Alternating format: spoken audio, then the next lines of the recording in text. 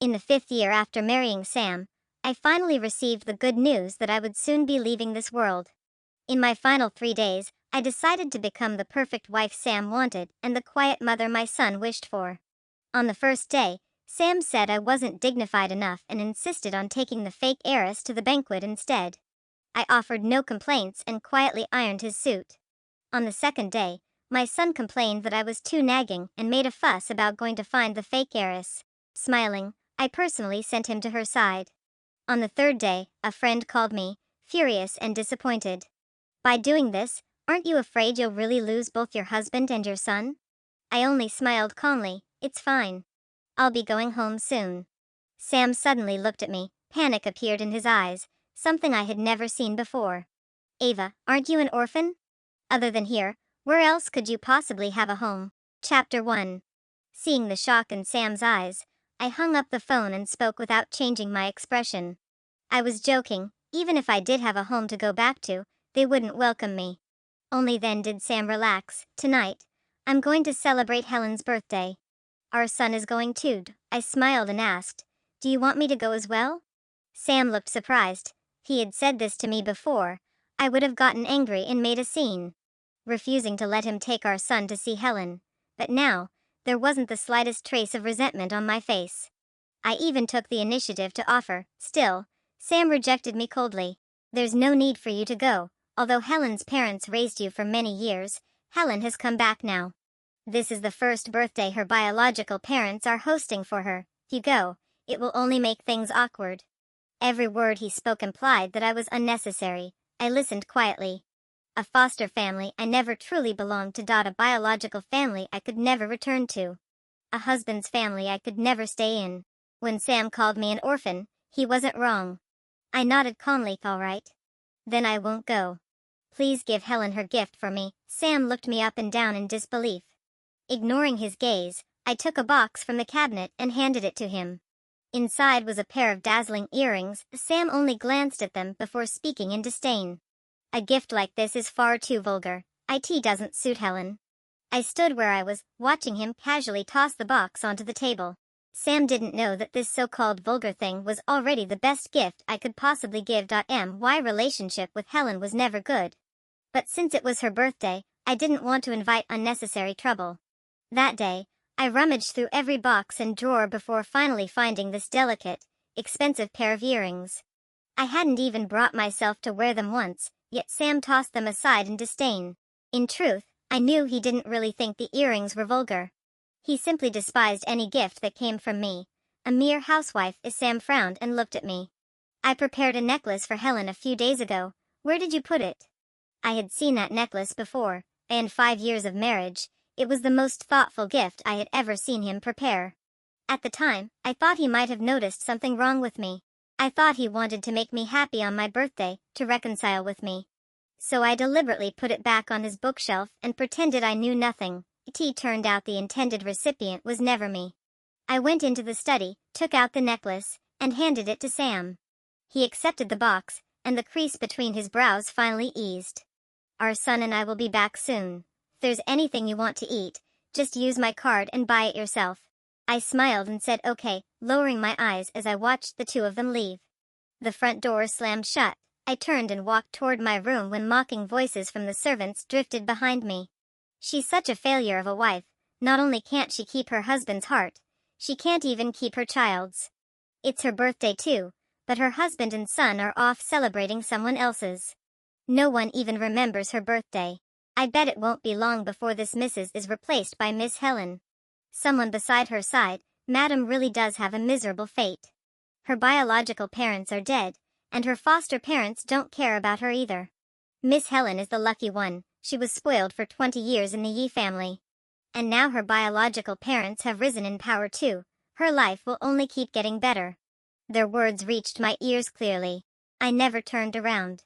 It wasn't the first time I had heard such things. At the beginning, I would scold them angrily. I didn't like Helen, but I believed Sam still cared about me. But later, just because Helen said she liked my bracelet, Sam took the gift he had given me and presented it to her at her birthday banquet, and my heart gradually went numb. But it didn't matter. 3 days would pass very quickly. Tonight, I could finally go home. Chapter 2. I went back to my room and took down the wedding photo from the wall, my fingertips brushing over the wedding dress in the picture. On our wedding night, the system announced that I had successfully completed the mission and sent me an invitation to leave this world. Over these past years, in order to complete my mission with Sam, I had said countless sweet words. But at some point, genuine feelings quietly mixed into those confessions. I was in pain the entire night. In the middle of the night, emboldened by alcohol, I finally gathered the courage to tell Sam. Actually, I'm just a passerby in your life. One day, you'll meet the real female lead. She'll be dignified, graceful, and understanding, far better than me in every way. Sam's eyes instantly reddened. He slammed me against the wall, beer cans scattering across the floor. He bit down hard on my lips, his voice hoarse and aggressive. I don't want anyone dignified or gentle. The only female lead in my life is you. I like you as you really are. I enjoy being managed by you. I was kissed until my head spun. That night, happiness clouded my judgment, and I ignored the system's repeated invitations. I forgot how easily hearts change. 5 years passed in the blink of an eye. As expected, Helen entered his life, and his heart gradually tilted toward her. He began to dislike that I wasn't dignified enough, that I couldn't maneuver gracefully in social situations. He complained that I restrained him too much, that I didn't give him enough freedom. He despised all my flaws. He despised that I wasn't perfect. The promises made on our wedding night were remembered by only one person. Me. Suddenly, loud banging came from the door. I flinched in shock, and the wedding photo slipped from my hands, shattering on the floor. The knocking didn't stop. I hurried across the broken glass and opened the door. Sam immediately grabbed my arm and dragged me outward. My arm hurt from his grip. I frowned instinctively. Where are we going? Sam turned back, gloom filling his eyes. To the hospital. Helen ate the cake you made and something happened to her. In the hospital room, our son Lucas held a cup of water, standing on tiptoe as he fed Helen sip by sip. It was a kind of care I had never received, for 5 years, even when I lay sick in a hospital bed. Unable to move, groaning, and asking my son to pour me a cup of water, he would only turn his head away coldly. I have to memorize my lessons, get it yourself. Back then, I thought it was because he was young and didn't understand. Now I knew. It was simply because the mother he loved was not me. When I walked into the ward, Helen's body trembled unconsciously. Her eyes reddened as she apologized. Sister Ava, I'm sorry. I was too close to Sam. It's all my fault. At once, Lucas stepped in front of Helen protectively, his small face full of hostility. You vicious bad woman. Sister Helen is pretty and kind. You're jealous of her, so you sent her a cake with glass shards in it. My heart jolted. I asked calmly, what cake? Lucas stomped his foot angrily. Stop pretending. I clearly saw you bring the cake yourself. There was even a handwritten card from you. You almost killed Sister Helen. Someone like you doesn't deserve to be my mother, even though I was used to it. The childish words still pierced my heart. I looked at Sam.Do you believe that too? Sam didn't answer, but the disappointment in his eyes had already given me the answer. I suddenly found it bitterly ironic. A few days ago, I had burned my hand while making soup for Sam. My right hand had been wrapped in bandages ever since. Couldn't even hold a pen properly, let alone write a card, much less make a cake myself. If either Sam or my son had paid even the slightest attention to my injured hand, they would have known how ridiculous this lie was. But now, the two of them stood beside Helen, united against me, making me look like the outsider. I looked at my son and smiled faintly. Since you think I'm not fit to be your mother, then I'll leave now and stop being an eyesore. You're not allowed to leave. I turned and walked toward the door. Suddenly, someone shoved me hard from behind, and I stumbled to the ground. Lucas pushed me angrily and blocked the doorway. Helen, sitting on the hospital bed, sobbed and said, Sister Ava, I ate a lot of the cake you sent. The glass cut my tongue, but I don't mind. I just want an apology from you. I braced myself against the wall and slowly stood up. My ankle had twisted when Lucas pushed me. Even the slightest movement sent sharp pain through me. I frowned, looked coldly at Helen, and mocked her without restraint. That cake was sent by someone you hired to pretend to be me, wasn't it? You were even willing to cut your own tongue. You're really ruthless. Then I looked at Sam and said coldly, to tell you the truth, my hand was injured 2 days ago. Helen suddenly burst into loud, piercing sobs, cutting me off. I know you hate me, sister, but I never imagined you would hate me this much. You hurt me, and now you're even trying to push all the blame onto me. With that, Helen buried herself in Sam's arms and cried. Sam suppressed his anger and scolded me coldly. Enough. When did you become like this? Narrow-minded, jealous, vicious. Look at you. Do you still look like a mother? How are you supposed to set an example for Lucas? When did I become like this? I couldn't remember anymore. Maybe it was the first time Helen framed me, when he and our son believed her without hesitation, and I cried all night. Or maybe it was when he began to find me boring, refused to take me to banquets, replaced me with Helen as his companion, and I sulked for 3 days straight. Or perhaps it was the night I woke up at 5 in the morning to make him chicken soup, only for him to turn around and give it to Helen to nourish her body, leaving me quietly heartbroken for a long time. There were too many such moments, so many that I didn't even know where to begin. Sam's face tightened. Now, apologize to Helen immediately, and this will be over. I pulled the corner of my mouth and forced 2 words out between my teeth. Dream on. Sam's face darkened instantly, anger flashing in his eyes. Ava, say that again. Do you think I really wouldn't dare do anything to you? I sneered and repeated myself, mustering all my courage. I said dream on. I will never apologize for something I didn't do. My conscience is clear. Sam was completely enraged.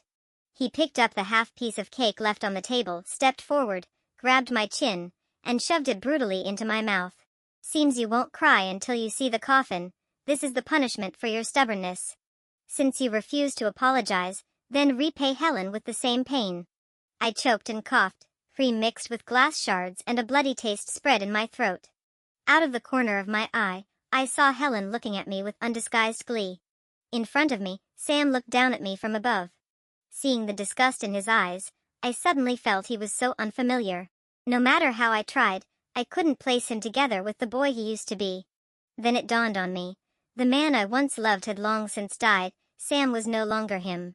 The surroundings were noisy, filled with voices of blame. I didn't want to hear them. I didn't want to hear anything anymore. A tear slid down my cheek. The system's mechanical voice sounded in my mind. Host, 30 seconds until departure. 29 seconds, bracing myself against the wall. I moved little by little toward the window. Seeing my movement, Sam stiffened, then sneered coldly. What are you trying to do? Do you think threatening me with death will make me feel sorry for you? Stop dreaming. Don't I know what kind of person you are? You wouldn't dare die. When I turned back to look at him, there was only deep disgust left in his eyes. I pulled my lips into a faint smile. Maybe I still had a shred of expectation for you, which is why I followed you here. But now I finally see how ridiculous I am. Sam, you're pitiful. You don't even have the ability to tell right from wrong. All my sincerity was wasted on you. You're the one who betrayed me. I will never forgive you. In this lifetime, we will never see each other again. In his stunned gaze, I finally said everything I had held in for so long. Sam's lips trembled before he forced out one sentence. Ava, you're insane. I didn't answer. I placed my hand on the window frame. The next second, I stepped over the window and jumped. Blood splattered. My life ended completely. Chapter 3. Downstairs, the crowd exploded into chaos. Screams and frantic shouts rose one after another. Sam's body trembled as he moved, disbelievingly toward the window. When he saw the vivid red blood beneath me, he shuddered violently, stumbling back a few steps, as if his legs had given out. For a moment, he stood there in a daze. Behind him came Lucas's shaking voice. Dad. Mom is bleeding so much. It felt like a heavy blow to Sam's heart. He snapped back to his senses and lurched toward the door, trying to rush downstairs. Helen struggled to suppress the smile tugging at the corner of her mouth. She hurriedly climbed out of bed and grabbed Sam's arm. Sam, don't go. Seeing blood is bad luck. Security will handle her body in a minute. Honestly, it's good that she's dead. Now she won't keep clinging to you and refusing to divorce. Sam whirled around and flung her off, his face dark. What nonsense are you talking about? Ava promised she'd stay with me for the rest of my life. How could she be dead? His voice rose sharply. Helen, shoved away, staggered and slammed into the wall. Helen hadn't expected that Sam, who had just forced me to swallow cake full of glass shards for her, would now be this agitated because I had jumped. By the time she lifted her head in shock, Sam was already gone. Outside the elevator, a long line had formed. Sam burned with impatience and turned toward the stairwell instead. The last time he had been so desperate to see me was the day he proposed. On the day of the proposal, there had been an accident in the middle of the road. All the cars were forced to stop, stuck in place. So Sam got out of the car, carrying flowers and a diamond ring, and sprinted toward me the whole way. Back then, I smiled as I wiped the sweat from his forehead, helplessly saying, "You don't have to push yourself this hard, you know I'll wait for you no matter how long it takes." He shook his head and smiled, "Because I want to see the person I love sooner, I have to run." His words had made my eyes curve with joy. That smile froze in his memories forever. From far away, the roar of the crowd reached him, and Sam's thoughts snapped back to the present. People had packed around me so tightly there was barely any space left. Sam forced his way through the crowd until he reached my side. The woman who had been smiling in his memories now lay in a pool of blood, her peaceful face drained of color. Sam crouched beside me, his fingers trembling as they touched my nose. There was no breath. The last thread of reason in Sam's mind finally snapped. In an instant, his eyes turned bloodshot. "You're joking with me, aren't you? You said it yourself. You loved me most. You said you'd stay with me for a lifetime. How could you be the one to break your word first? Wake up, Ava. If you wake up right now, I'll take you home. I'll give you anything you want, anything at all." Sam's hoarse voice rose higher and higher until overwhelmed, tears finally spilled. I didn't answer him. I only lay there quietly, my lips pale, my body still. The crowd around us fell silent, watching Sam unravel. Until a hurried voice sounded from behind, "Sir, please step aside." Several doctors and nurses quickly placed me onto a stretcher and sprinted toward the emergency room. Sam followed in a daze, all the way to the doors of the operating room. Each second that passed felt unbearably long. Suddenly, someone tugged at the hem of his clothes. Sam turned around and saw Lucas, with a servant standing behind him. Sam recognized her. She was the servant who had long stayed by Helen's side. The moment her eyes met Sam's, she hurriedly lowered her head. Her lips trembled as she spoke. "There's something I want to tell Mr. Sam, and the young master." Chapter 4.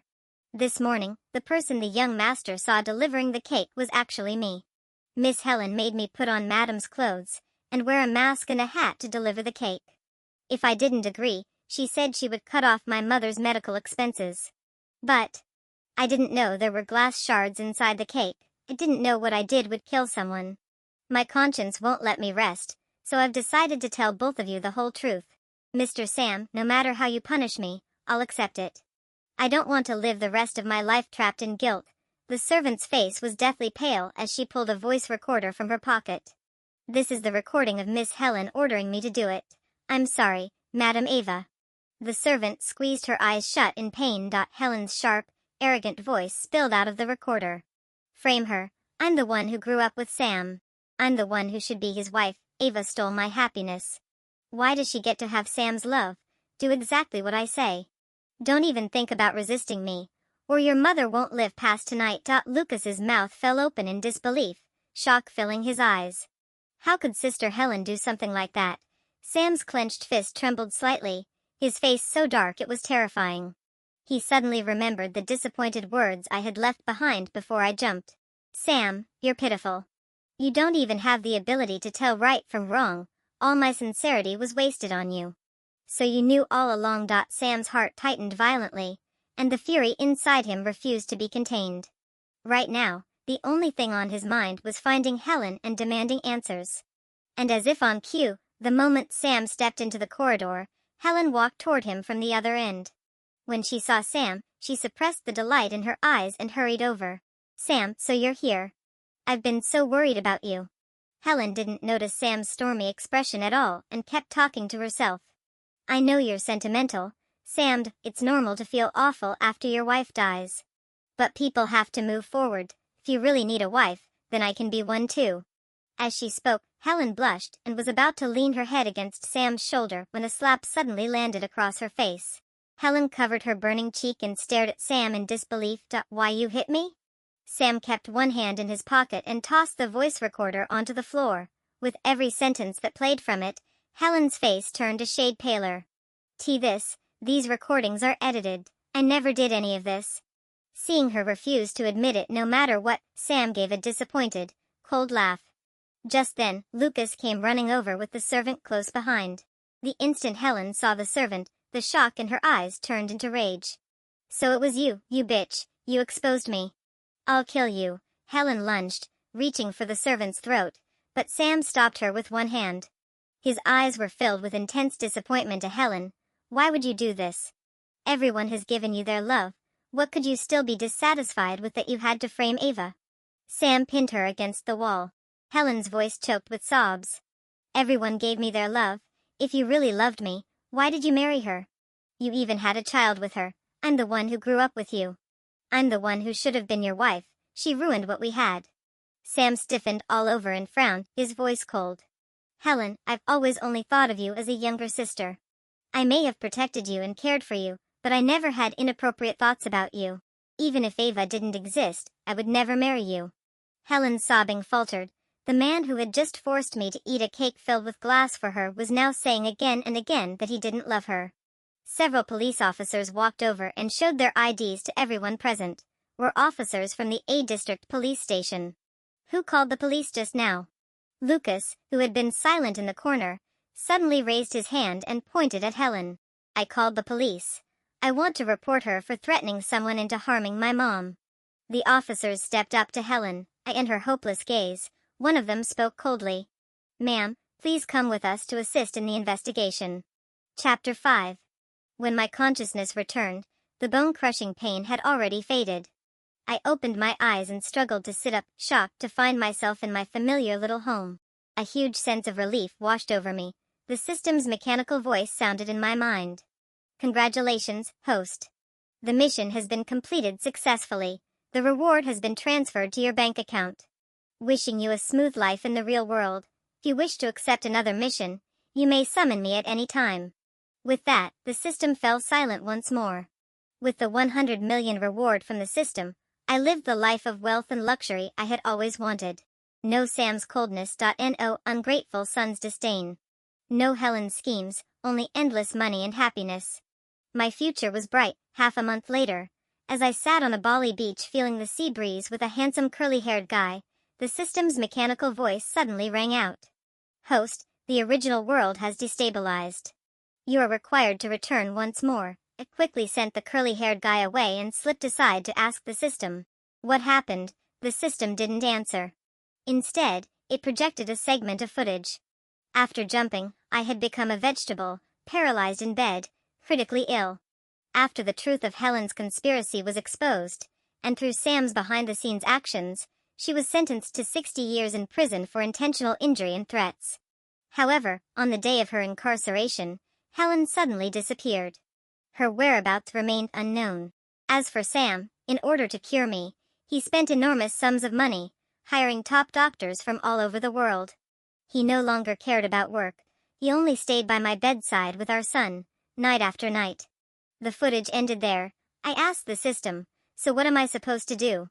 "Make the male lead realize that you no longer love him, and completely extinguish his obsession with you. Once that is done, the mission will be considered fully complete. After this task is finished, you will receive an additional bonus." Hearing the word bonus, I agreed without hesitation. "All right, send me back." The next second, the smell of disinfectant rushed into my nose, and Lucas's excited voice sounded in my ears. "Dad, Mom's finger just moved." Then I heard hurried footsteps. When I opened my eyes, I saw Sam's familiar face. He clearly hadn't rested well during this time. Dark circles shadowed his eyes, and he looked utterly exhausted. When he saw me awake, all the fatigue vanished from his eyes. He grabbed my hand in delight. I frowned instinctively. Sensing my resistance, he quickly released it. "Sorry, I got too excited." "Did I hurt you?" That gentle expression. I hadn't seen it in a very long time. I didn't answer. I forced myself to sit up, and Sam hurried forward to support me. "Ava, are you hungry? Have some soup. I made it using the recipe you taught me before. While you were asleep, I cooked a pot every day, just so you could drink the warmest soup the moment you woke up." Sam scooped some into a bowl and brought it attentively to my lips. I looked at him in silence, then suddenly spoke. "Sam, let's get a divorce." Chapter 6. Sam's hand trembled, and he almost spilled the soup.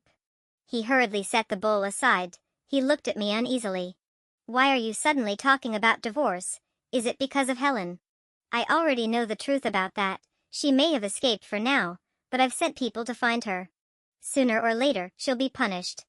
I shook my head, not just because of that.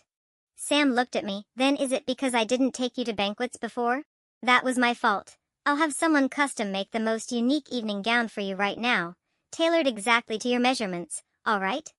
I still shook my head. I don't need that. Sam, do you think I was only hurting because of Helen? Sam, dare you swear that you love me the same as before? Dare you guarantee that even if I keep restraining you in the future, you won't grow tired of me? Dare you promise there will never be another Helen? Sam froze, not knowing how to answer. 5 years ago, he truly could have said openly that he loved me, perhaps even more than before. But after 5 years, what he once loved about my managing had become trivial marital burdens. My constant reminders had become the thing he detested most, so much so that later, he often went to find Helen simply for some peace and quiet. Love is a luxury item with a short expiration date. 5 years ago, he could hold my hand and proclaim his love to the world at the peak. 5 years later, he no longer even had the courage to say it out loud. Sam's hesitation was exactly what I had expected, supported myself against the wall and slowly stood up. Suddenly my body softened, and Sam caught me. You just woke up, your body hasn't recovered yet. Sit in the wheelchair, wherever you want to go, I'll take you. He helped me into the wheelchair. The flowers are blooming outside. Push me out to take a look, I said softly. Behind the hospital was a small garden. Sam slowly pushed me forward. I casually picked up a fallen rose petal from the ground. My gaze dimmed. When I married Sam 5 years ago, I planted a large rose garden in the backyard. Every flower had been carefully tended by me, blooming bright and beautiful. Later, when Helen came to stay at the house, she accidentally scratched her leg on a rose thorn. She immediately ordered all the roses in the garden to be uprooted. The next day, I cried facing the barren garden. Sam only said coldly, Helen likes fruit trees. From now on, we'll plant fruit trees here instead. They're more practical than flowers. Seeing that I had fallen into thought, Sam suddenly coughed lightly and spoke. I remember you like roses. I'll have people air freight rose seedlings from France. This year, we can plant even more roses in the garden. I gave a soft laugh. No need. After all, I won't be going back to that home anymore. Sam stiffened. After a moment, he spoke slowly. I've thought about a lot. I can tell you honestly now that I love you. I can swear to the heavens that from now on, I'll be faithful to you alone. There will never be another Helen. You are my only one. So don't leave me, all right? There was pleading in his voice. He sounded sincere. I thought that maybe he was telling the truth, but I didn't have the time to waste any more. My gaze fell on the ice cream stand not far away. I want some ice cream. Sam immediately adjusted the wheelchair. I'll go get it for you right now. Watching Sam hurry away, I slowly stood up and walked in the opposite direction. Since Sam couldn't decisively divorce me, I would leave completely and cut off all his hopes. I had only taken a few steps when suddenly a cold glint flashed from the bushes beside me. The blade grazed my arm. When I saw who it was, my brows knitted tightly. Helen let out a cold laugh. She grabbed my throat and slammed me against the wall, the knife tip pressed against my heart. Didn't expect this, did you, Ava? You bitch still ended up in my hands. Her eyes were vicious. My body hadn't fully recovered, and I was helpless against her attack. The knife pressed harder against my chest, stabbing pain into me. I could hardly breathe. I suddenly felt that dying like this might not be so bad. If this body disappeared, Sam would finally let go of his obsession, and the mission would be perfectly completed. I slowly closed my eyes. Just as the blade was about to pierce my skin, Helen's hand suddenly trembled, and the knife clattered to the ground. I opened my eyes and saw my son biting fiercely into Helen's arm, shoved her away and spread his arms in front of me. Don't bully my mom. Lucas's childish voice was full of resolve. Right after that, Sam rushed over and subdued her in a few quick moves. Sam looked up and with his other hand handed me the ice cream. The police will be here soon. She won't escape this time. Eat it quickly, or it'll melt. Before long, the police arrived and took Helen away. Because she had fled to avoid punishment, her sentence would be increased on top of her original crimes. This time, she truly wouldn't escape. Watching the police car drive away, Sam suddenly turned back and asked me in pain, "Just now, where were you going?" I looked at him in silence. "Don't you already have the answer?